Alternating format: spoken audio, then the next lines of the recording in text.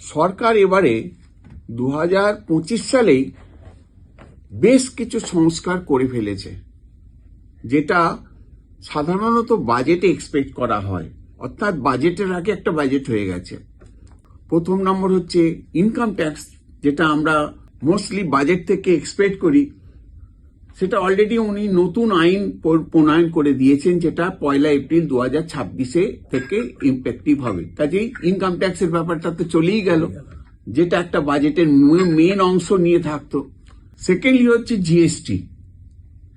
জিএসটিও উনি 5-6 মাস আগে সেপ্টেম্বর মাসে উনি এটাকে সংস্কার করে দিয়েছেন, অর্থাৎ প্রত্যেকটা জিএসটি রেটের বেশিরভাগ রেট কমে গেছে, এবং যাতে মানুষের হাতে অনেক বেশি করে পয়সা আসে।